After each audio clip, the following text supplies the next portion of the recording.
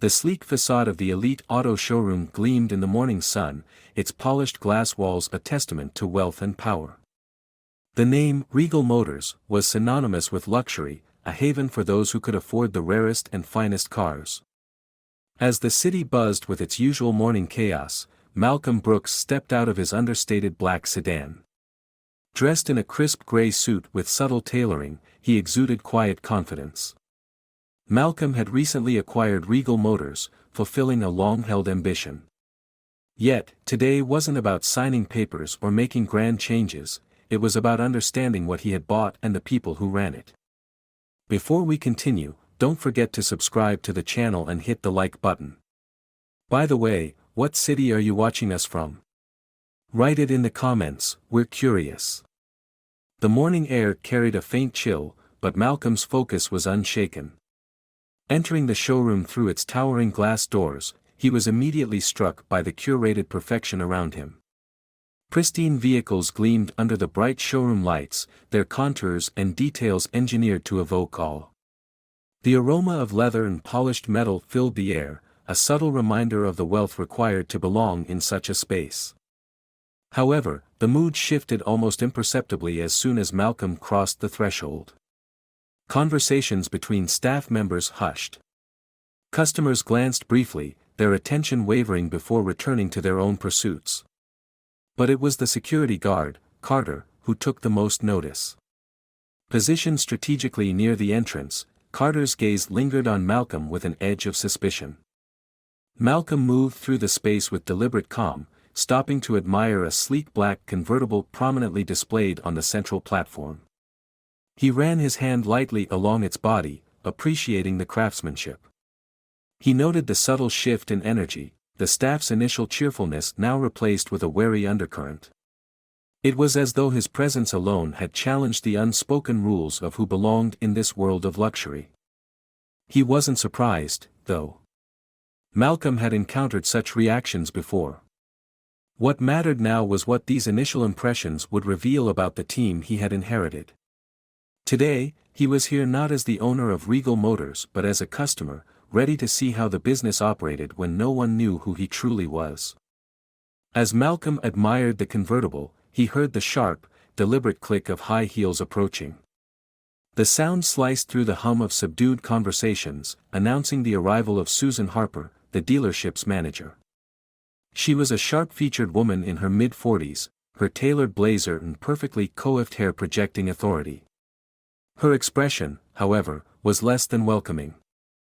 "May I help you?" she asked, her tone carrying the faintest edge of impatience. Her eyes swept over Malcolm, lingering briefly on his shoes, his watch, his overall demeanor, as though calculating whether he belonged here. Malcolm's smile remained unfazed. "I'm interested in exploring your collection," he replied evenly. "Perhaps you could recommend something that suits me." Susan's lips thinned into a polite but strained smile. "Well, we cater to a very specific clientele here. What exactly are you looking for?" "Something sleek, powerful, perhaps a convertible like this one," Malcolm said, nodding toward the car he had been admiring. Susan's eyes narrowed slightly, her patience clearly wearing thin. "That's one of our top models," she said, her tone tinged with skepticism. "A V12 engine, custom leather interior, top-of-the-line performance. It's priced at, well, let's just say it's not for everyone." Malcolm raised an eyebrow, his expression neutral. "Sounds impressive. I'd like to hear more." Susan hesitated, clearly weighing her response. She gestured stiffly for him to follow her as she began a cursory explanation of the car's features.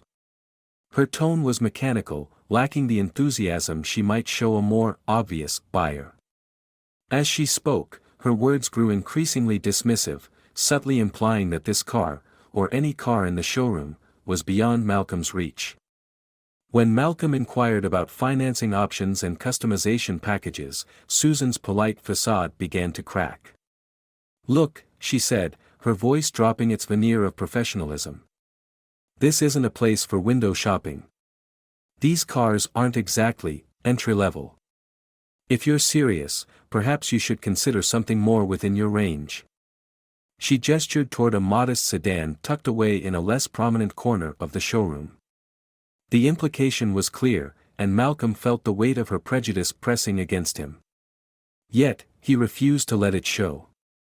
"Actually," he said, his voice calm but firm, "I'd like to test drive the convertible.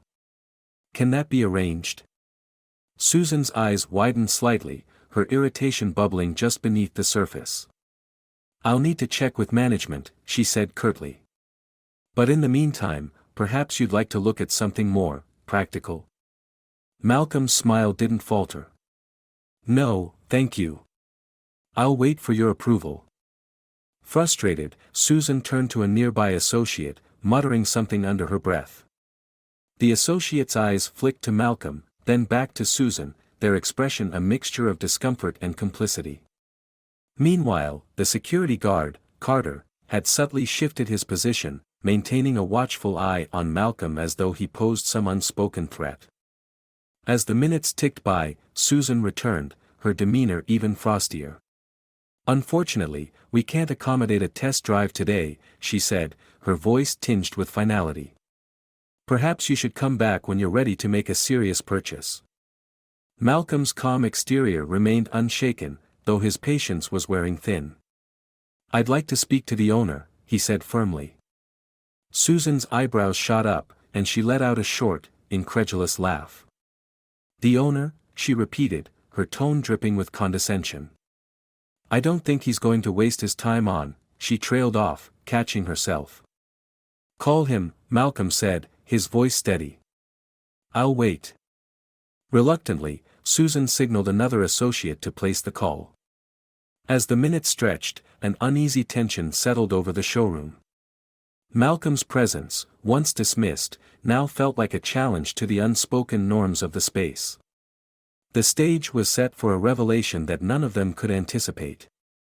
The atmosphere in the showroom was taut as Malcolm waited. The minutes felt like hours, every second stretching the growing tension. Staff whispered among themselves, their glances darting toward Malcolm and then away, as though afraid to be caught staring. The sound of approaching footsteps broke the silence. Henry Richards, the former owner of Regal Motors, entered with a brisk yet composed stride. A silver-haired man with an air of affability, he greeted the staff warmly before his eyes settled on Malcolm. Immediately, his face broke into a wide smile. "Ah, Mr. Brooks!" Henry exclaimed, his voice carrying a genuine warmth that contrasted sharply with the atmosphere moments before. He extended a hand, which Malcolm shook firmly. "It's great to see you again. I trust everything is to your satisfaction." The room fell into stunned silence. Susan's confident demeanor crumbled as her face turned a deep shade of red. Carter, the security guard, shifted awkwardly, his earlier vigilance now replaced with palpable discomfort. The realization swept through the staff like a wave, this was no ordinary customer. "Everyone," Henry said, turning to address the room.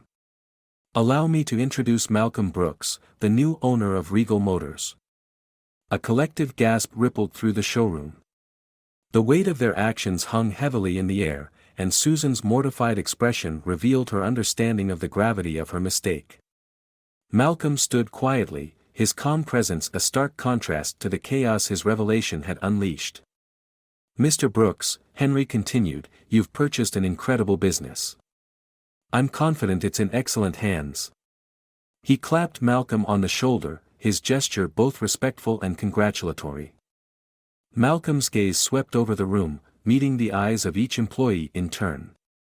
The message was clear: judgment, whether spoken or unspoken, would not be tolerated here. With quiet resolve, he prepared to address his team, knowing this was only the beginning of the changes to come. Malcolm stood in the middle of the staff meeting room, his calm but commanding presence filling the space.